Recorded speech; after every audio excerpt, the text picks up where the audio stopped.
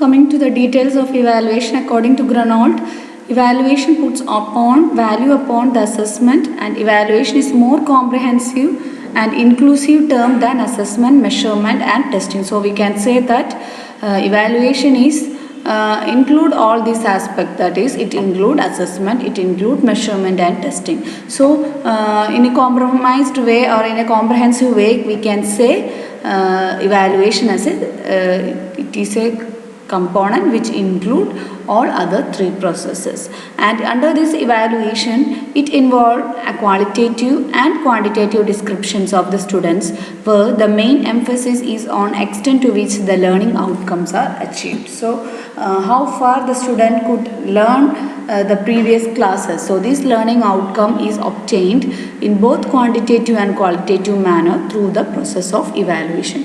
Both type of evaluations and descriptions are necessary for comprehensive student evaluation. So it's not only the qualitative aspect is enough, both the quantitative and qualitative descriptions are necessary to make a student evaluation complete. Coming to the purpose of evaluation, first purpose is to appraise the status of and changes in students' behavior. So always we say that education makes a student's behavior to be modified into a very positive manner. So whether the changes happen to the behavior of the students by education, by learning, to assess the students' progress from time to time and to disclose students' needs and possibilities. So whether the status of learning and teaching process make the student progress level increased or declined from time to time. So that can be assessed with the help of evaluation, and if there is a decline in the student's progress studies, then surely the needs and possibilities has to be identified and it has to be corrected early as possible. To predict students' future in academic success. So based upon the evaluation, we will getting the students' achievement level. Accordingly, we can plan the students' future careers, in which angle the student can go in future. To provide basis for modification of the curriculum and course. So through evaluation, we can get into a conclusion what are the additional things that need to be kept or modification has to be kept in this curriculum or course, so that next time when we evaluate, we will get a better mark for the same. For that, if any modifications are needed in the curriculum or the course, we can do the evaluation. To motivate the students for better attainment and growth.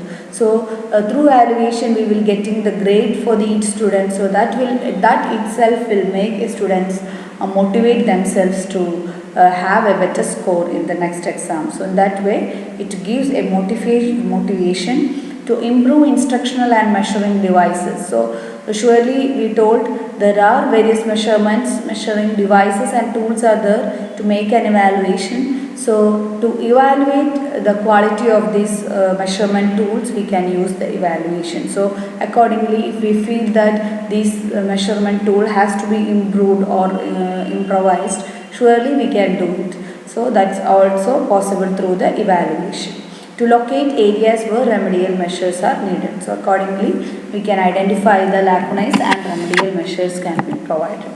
Little detail about these purposes of evaluation: to promote learning, that is, it alter the behavior of the student as required to meet the specific objectives. So behavioral change is most important. It is possible through this proper teaching learning. To identify the problems and shortcomings, to diagnose the learning deficits, ineffective teaching practices, defects in the curriculum. So all these are possible with the help of this evaluation. So problems and shortcomings can be identified, or learning deficits can be identified. Accordingly, the curriculum can be made student friendly. To make the decisions to assign grade, to determine merits, offering promotions and tenure. So for all these process, it is possible only through evaluation. To revise a textbook, make content to an independent study module. So that is also it's not that all the units or all the topics the teacher has to teach to the students. There are few topics which can be put as self-learning. So the textbook can be modified in such a way that all the level of activities can be experienced by the students. so that independent study module can be made based on the evaluation of the students. To judge the effectiveness of the program, to determine whether objectives, goals or the standards are being met. So all these to know whether the predetermined goals and objectives are met, we need proper judgment with the help of evaluation.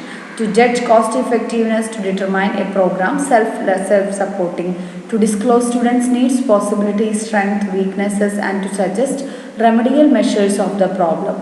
It also helps the student to realize whether or where he exactly stands. So evaluation gives, or it is an eye opener to identify where I am standing, at what level from 50 students, where is my level, how far I need to be achieved to get first rank or come in first 10. So this evaluation make a eye opener to evaluate themselves and to realize to a real situations.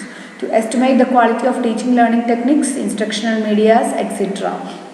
So while getting the feedback from the students, we know how the teaching is, how the learning techniques can be improved or not, whether the teacher has to use more advanced instructional medias for teaching. So all these can be estimated with that. To bring about inherent capabilities of the student in addition to conventional acquisition of knowledge, evaluation helps to bring out attitudes, habits, appreciation, understanding, manipulative skills, etc. So all these skills can be achieved and accomplished with the help of the process of evaluation. So we know lot of purposes are there for evaluation. So can learn these purposes and understand how significant evaluation is in the teaching learning process.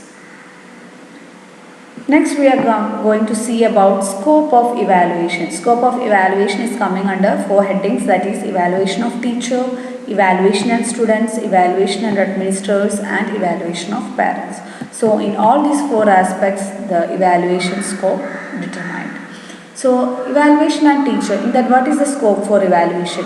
Evaluation really helping the teacher to adapt a student-centered approach in her teaching and individualize the instruction. So each individual needs and problems can be identified and special attention can be given to an individual student based upon his achievements.